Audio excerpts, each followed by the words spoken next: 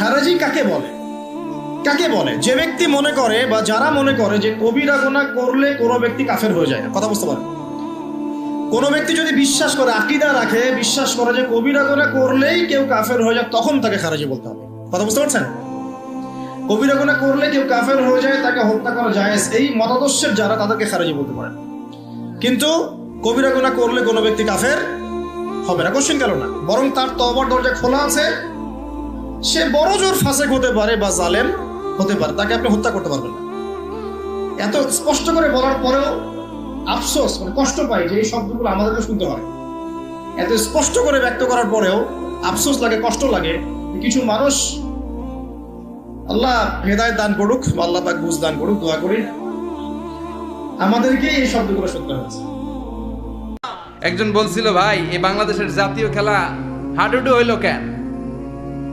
আমাদের জাতীয় খেলার নাম কথা কন, দেখছেন?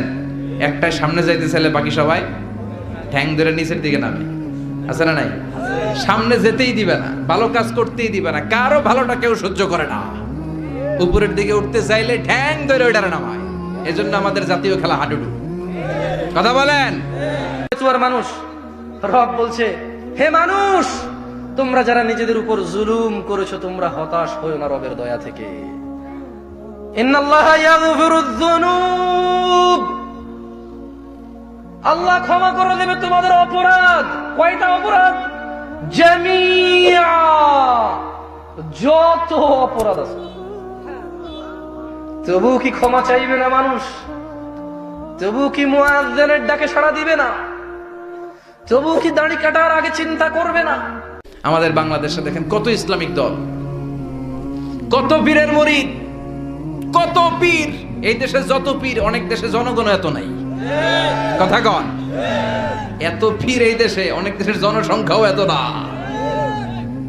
এক ইসলাম, এক কোরআন, এক নবী, তারপরে গুতাগুতি আছে না নাই? কেউ কাউরে দেখতে পারে না, ঠেলা ঠেলি। হ্যাঁ, এ কাফের, তুই কাফের, তোর নানা কাফের, তোর 14 গোষ্ঠী কাফের, তোর পীর সাহেব কাফের, আছে না নাই? কয় আমার পীর সাহেব কাফের হলে তোর পীর সাহেবের 14 গোষ্ঠী কাফের। ওই কাফের মরলে যেখানে কবর দেয়া হবে, ওই কবরের উপরে যে ঘাস উঠবে, ওই ঘাস যে গরু খাবে, ওই গরুর দুধ যে খাবে, ওইটাও কাফের। কথা কন, আছে না নাই? কেউ কারো ভালো সহ্য করতে পারে? আল্লাহর নবী কোনোদিন চেয়ার টেবিলে বসে খাননি। আল্লাহর নবী কোনোদিন এইভাবে খাননি যে অনেকগুলো খাদ্য তরকারি ছোট ছোট পেয়ালাতে তার জন্য সাজানো হয়েছে, এইভাবে খাননি। আল্লাহ রাসূল কোনোদিন চিকন আটার রুটি খাননি। এইভাবেই এগুলো না খেয়ে তিনি দুনিয়া থেকে চলে গেছেন। তো কাতাদা রাদিয়াল্লাহু তাআলা আনহুকে বলা হলো তিনি কিভাবে খেতেন, তো তিনি বললেন দস্তরখানে বসে খেতেন। সে জামানায় গিয়ে সমাজে ন্যায় অন্যায়, সত্য মিথ্যা, হালাল হারাম, এই যে মানদণ্ডটা আছে, এটা উল্টে যাবে আর কি। বুঝতে পারছেন না মনে হয়?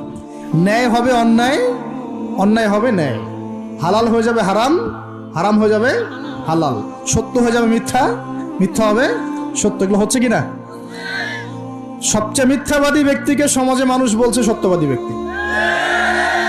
সবচেয়ে যে করাপ্টেড মানুষ, তাকে বলা হচ্ছে আমানতদার ব্যক্তি। যার চরিত্র সবচেয়ে খারাপ, বলা হচ্ছে একদম পবিত্র চরিত্র। হ্যাঁ, একজন মদখোর মানুষ, তাকে বলা হচ্ছে খুব সম্মানী মানুষ।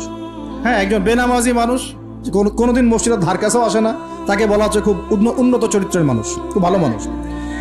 আর যারা সত্যিকারের সৎ, মুত্তাকি, পরহেজগার, তাদেরকে পদে পদে বাধা পেতে হচ্ছে এখন, হচ্ছে না?